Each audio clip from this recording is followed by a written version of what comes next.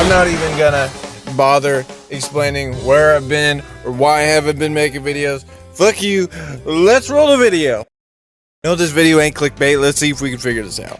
For every time I think about this game, it's like 2 or 3 negatives for every 1 positive. There's a decent character creator and customizer, but cosmetics are mostly based around someone spending real money for this kind of shit value, and the way cosmetics are handled are oddly constrained, and even sometimes it feels like they have restrictions on things for the weirdest reasons. The areas to explore feel like they are just the right size for this kind of game, and they are actually kind of pretty in their own New Genesis kind of ugly, pretty way. But sometimes there's lacking any reasons to go out and explore, or even enemy variety just gets boring at some point and you fought them 1,000 times before. I mean, the game has decent combat. Imagine if you could actually turn each of the player classes into NPCs for you to fight. How fucking cool would that be? You mean they might actually have to put more money into the game?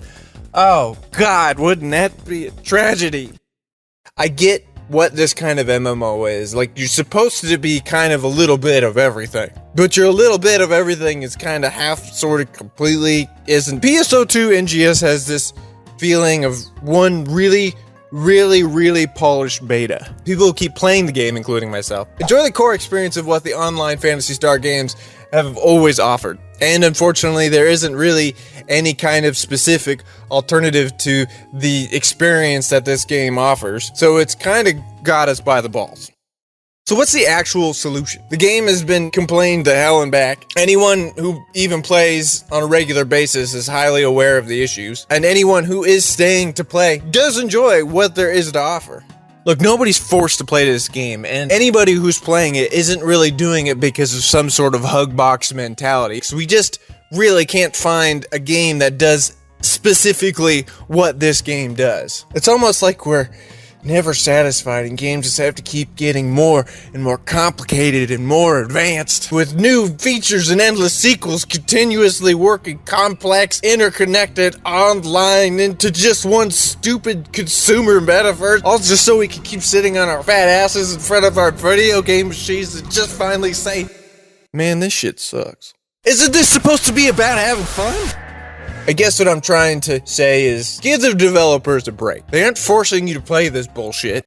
Here's some questions to consider. Did PSO2 NGS get screwed up because Sega gives 0 fucks about how the NGS development team needs more time and budget to develop things? Does PSO2 NGS basically need to die so we can finally have our kind of Final Fantasy XIV rebirth situation? Is Satoshi Sakai and Hiroki Hamasaki... Let me try that again.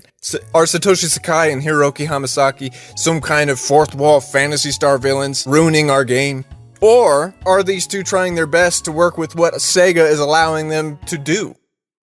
And you know what? Can I bring up one thing about the screenshot community specifically? Let's crack down on that while we're at it. You know, the first problem is that the screenshot community can be pretty petty as fuck sometimes. Shit gets pretty scandalous, and there's probably some kind of massive underground lolicon naughty. Did you really think I was gonna go into that can of worms in this YouTube video? Hell no. I just wanted to kind of entertain the idea of who was watching this video. You know what I'm talking about.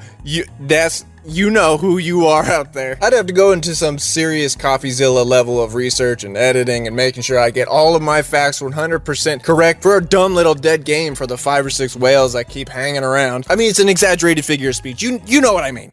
Sometimes the screenshot community feels like it's a war zone. It's sticking your head out there can make you a big-ass target for those trying to climb up the isolated social network this bullshit is built around. People killing each other over getting on that stupid billboard, too. It's in an area where nobody hangs out anyways. But there are some of you out there who are legitimately annoying, horny shitheads. I'm not gonna mention any names or point out any fingers, but some of you need to chill the fuck out with the passive-aggressive erotic role-playing. Just because someone has some kind of lewd-looking fashion warrior doesn't mean they're ready for someone to go dick first into their ass. Most of those lewd, perverted-looking characters are, mostly guys, right? The fact that I even gotta say anything. Let's just say some of you guys are making things real uncomfortable for some bullshit reasons. Maybe go jerk off before you log into the game or something. So I'm sure you want an answer by now. Is this game dead? No, it's not. It's had a set of concurrent players ever since global release. It's just a really incredibly small community. This game has about 4 or 5 more years until it gets turned to PSO3 anyways. And then they can try and fucking learn from all their mistakes. Really, if we want to point any fingers at anyone, let's point them at Sega.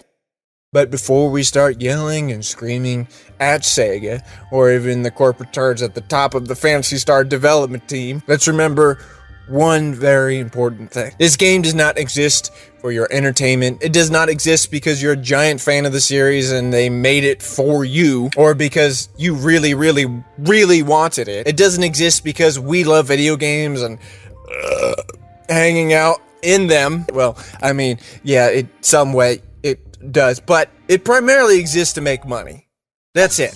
Sega did not pump probably hundreds of thousands, maybe millions into this to not get some kind of return investment. That's what PSO2 NGS really is. It's a financial investment. Sega doesn't give a fuck about you or what you want or how you want it in your hobby. This game literally exists to generate money for Sega. You can dress it up all you want in the end, but this thing called PSO2 NGS exists because Sega has a pre-established fan base that they know they can count on for some level of financial income to help the company grow. You know, even though it was basically funded by the consumer who has been supporting Sega before that. Anyways, the irony is that they're basically kind of doing a shitty job at satisfying that pre-established fan base that they have been working so hard to get and losing out on a fuck ton of money because of their arrogance. But really, these aren't the conversations they're openly having during financial meetings anyways. Nobody in a high position wants to admit they fucked up, especially during earnings calls, either because these producers or directors could eventually get replaced or they'll tarnish their reputation. Now really, it's not exactly clear what kind of deals are being struck behind closed doors, and all we can really do is speculate. So here's my speculation. Apparently Sakai and Hamasaki are some of the ding-dongs at the top of the PSO2 NGS development. They're the ones who make the important decisions for the updates we're getting and how the game evolves, etc. As for the rest of the game dev team, artists, programmers, marketing, all they're doing is just their job, and probably with little creative control other than maybe some visual designs.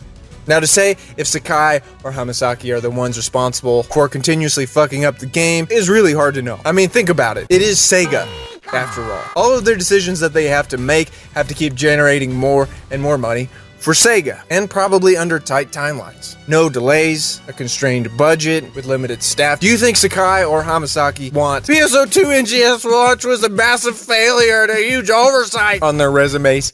Hell, it might even actually get better because of how things are currently going.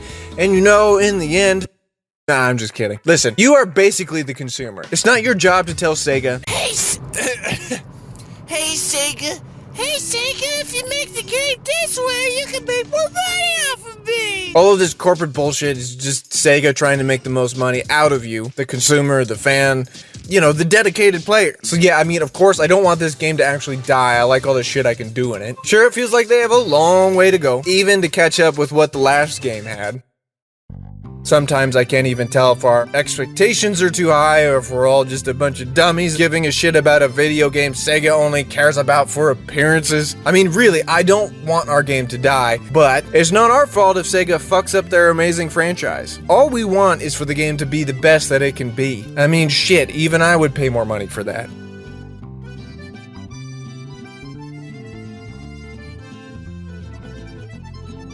I think I'm gonna keep making videos. It would be nice if you could like and subscribe and share with your friends and do that stupid social media shit. You can close the video now if you want. I'm just gonna rant about some more PSO2 shit. So what the fuck was the deal with the Kavaris content? Like, did they actually spend months and a budget to make pre-existing players happy? I do appreciate that, but you guys gotta do something to help the player base grow. Okay. Yeah, that'll help. No, also, I think a lot about how the fuck they're actually going to improve the game, but, you know, I think it's Phantasy Star Online 2 New Genesis. I mean, we're just gonna have to wait until PSO3.